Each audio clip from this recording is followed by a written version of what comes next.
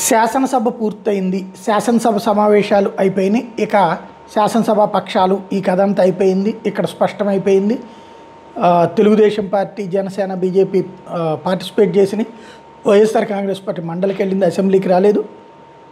అదే సందర్భంలో ఇక పార్లమెంటు సమావేశాలు, దానికి ప్రిపరేషన్. పార్లమెంట్ సమావేశాలకు సంబంధించి ఓ పక్కన జగన్మోహన్ రెడ్డి వైఎస్ఆర్ ఎల్పీ అంటే 4 దాకా ఉన్నటువంటి లోక్సభ సభ్యులు, అట్లాగే 7 దాకా ఉన్నటువంటి, అంటే మొత్తం 11 మంది దాకా ఉండాలి, అందులో 4 వెళ్ళిపోయారు రాజ్యసభ సభ్యులు, మిగతా వాళ్ళతో మీటింగు.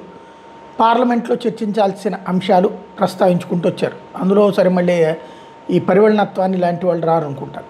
ఓవరాల్గా మరొక వైపున జనసేన సంబంధించి పవన్ కళ్యాణ్ వాళ్ళ పార్టీకి సంబంధించి 2 ఎంపీలు తంగెళ్ళ ఉదయ్ శ్రీనివాసు అలాగే బాలశౌరి ఇద్దరితో కూడా మీటింగ్ అయ్యి పార్లమెంట్లో ప్రస్తావించాల్సిన అంశాల గురించి చర్చించారు.